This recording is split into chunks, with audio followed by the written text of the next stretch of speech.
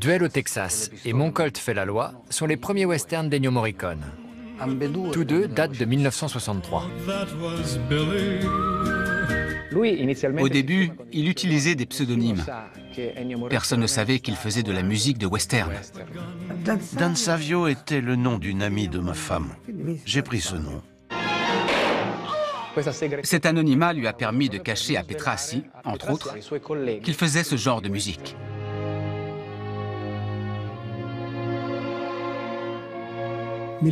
Je me souviens de cette chevauchée avec les guitares.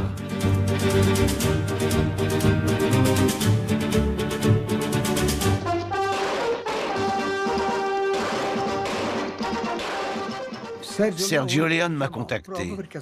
Il avait entendu la musique de ces deux westerns. Il est venu chez moi et m'a proposé de faire la BO de son film. Puis d'un coup, j'ai reconnu son visage. Toi, tu serais pas le Leone qui était à l'école primaire Carissimi? Oui, c'est moi. Moi, je suis Ennio Morricone. Ah. Ils étaient camarades de classe.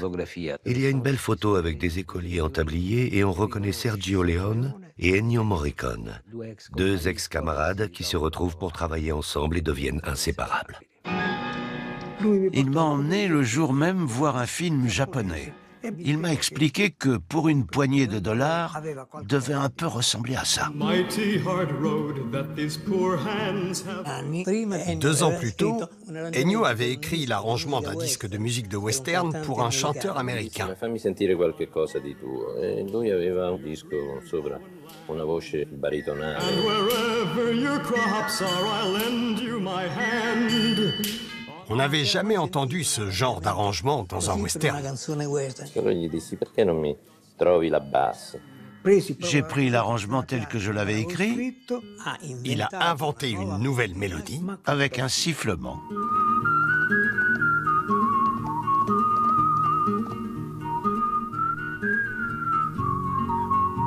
Ennio m'a appelé et m'a dit « Viens me faire ce petit sifflement ».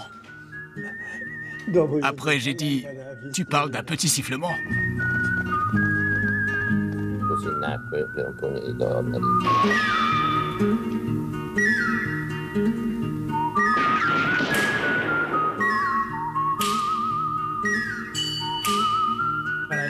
Quand j'ai vu le film, j'ai été frappé. Cette musique était unique.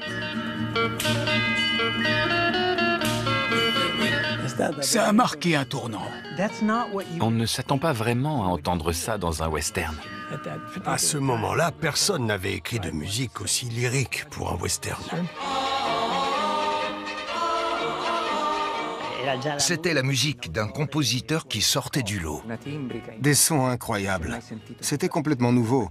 La guitare électrique, les coups de fouet, la flûte, l'enclume, le sifflement, la cloche. Un nouveau langage. C'était un choc culturel pour l'époque.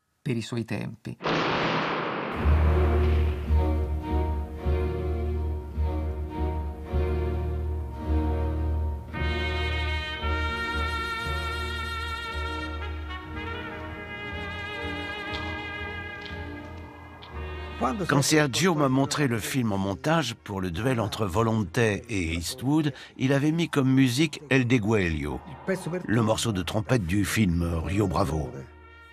Ça allait très bien.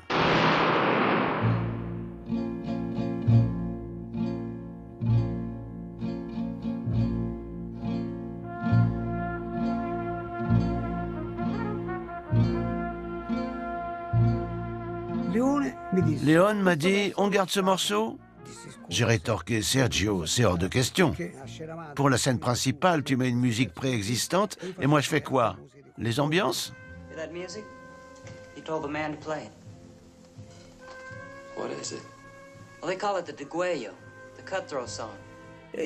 J'ai dit « Je quitte le film. » Sergio a renoncé à El Deguelio, mais il m'a dit « Fais-moi un truc similaire, ça colle si bien. » Je me suis souvenu d'une chanson que j'avais écrite des années plus tôt pour la télé, chantée par une des Peter Sisters, une contralto avec une voix profonde, extraordinaire. Ta-ti, ta-ta-ta, ta-ti. J'allais le bluffer, ce Sergio.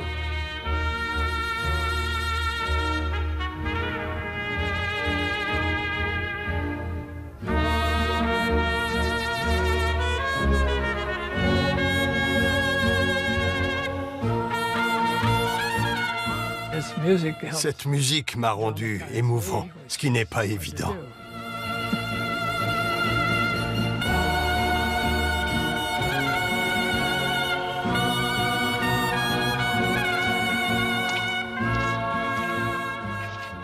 Évidemment, j'ai demandé à Michele Lacerenza, le trompettiste, de faire ses vibratos de trompette.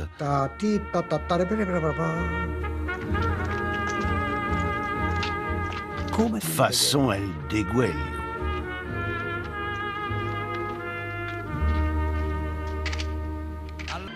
Sergio Leone et moi étions allés revoir pour une poignée de dollars et on s'est avoué qu'on ne l'aimait pas. Je n'ai jamais aimé la musique de ce film. J'ai toujours incité Sergio à l'oublier pour les films suivants. Mais il disait toujours « Fais-moi la trompette, fais-moi le sifflement ».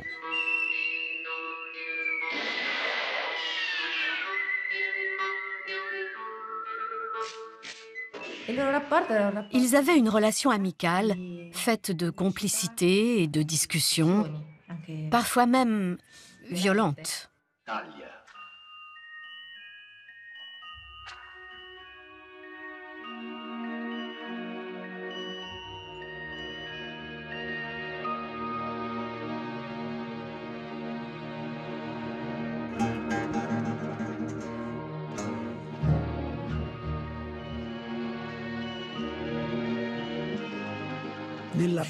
Pour la scène où Sergio voulait la trompette, j'ai eu l'idée de citer l'attaque de la toccata et fugue de Bach en ré mineur.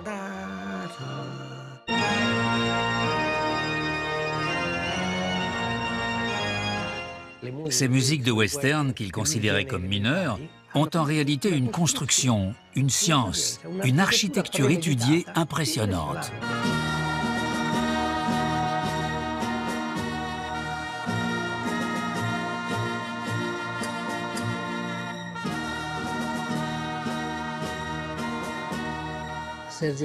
Sergio Leone, à partir de « Et pour quelques dollars de plus », a compris l'importance de la musique d'Ennio Morricone dans ses films. Il a compris que le maestro Morricone avait son public.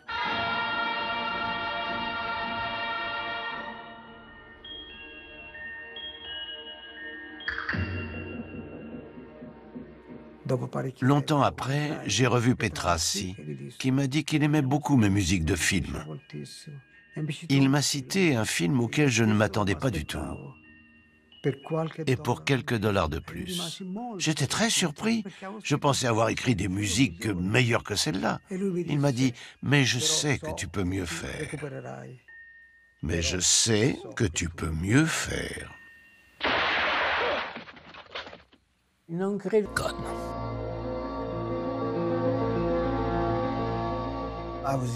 En voyant Le Bon, la Brute et le Truand au cinéma, je me suis rendu compte que quelque chose se passait. Quelque chose de nouveau. C'était la première fois que je m'intéressais au compositeur du film.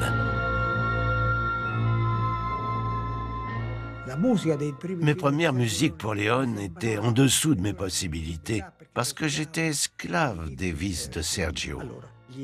J'ai donc inventé pour lui un thème à partir du cri du coyote.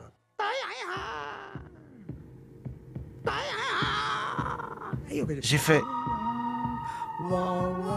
le côté dramatique et le côté amusant. Ça lui a beaucoup plu.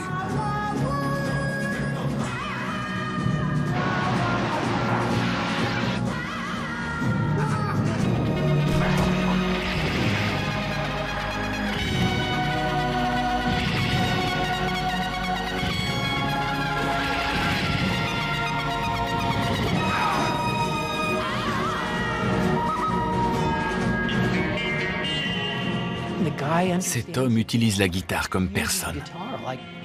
Il la comprend.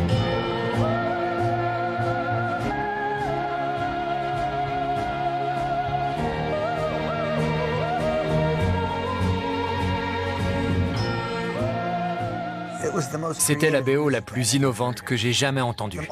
Je me suis précipité chez le disquaire pour acheter la musique du film.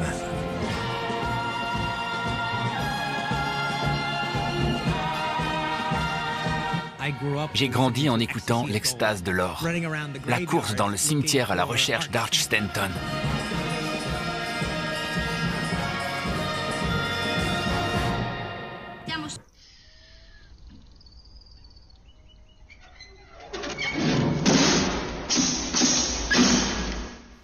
Pendant un concert à Florence, un technicien du spectacle est monté sur scène, a pris une échelle et a commencé à la secouer. Le bois sec faisait...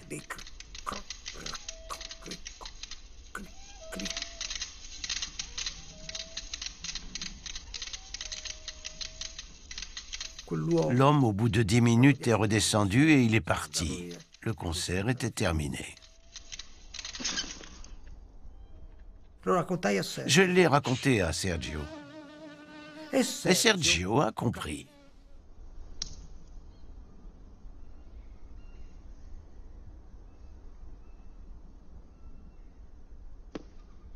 Le début d'Il était une fois dans l'Ouest, c'est de la musique concrète.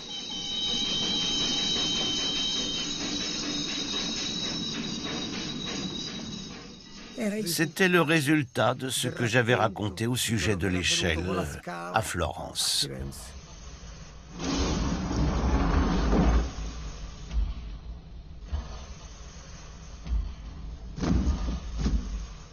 Les bruits formaient une sorte de musique.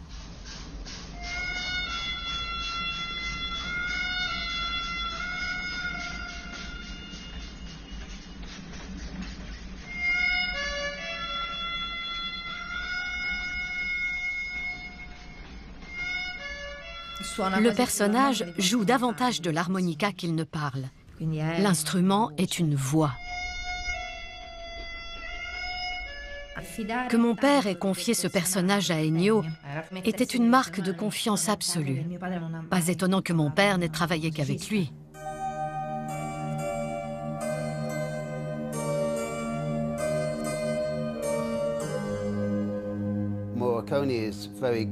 Morricone est très doué pour créer un personnage avec un son.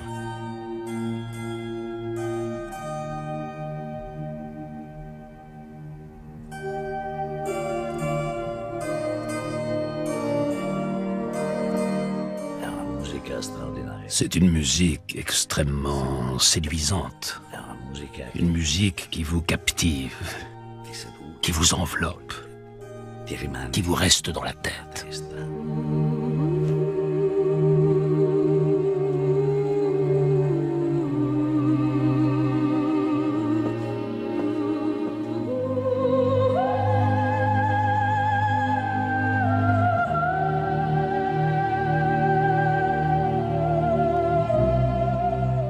On m'a donné la musique et aussitôt je l'ai interprétée. Je n'ai pas répété, j'ai tout de suite senti que c'était magnifique. C'est une musique qu'on a continué à entendre toute notre vie. Elle tisse vraiment des liens avec notre quotidien.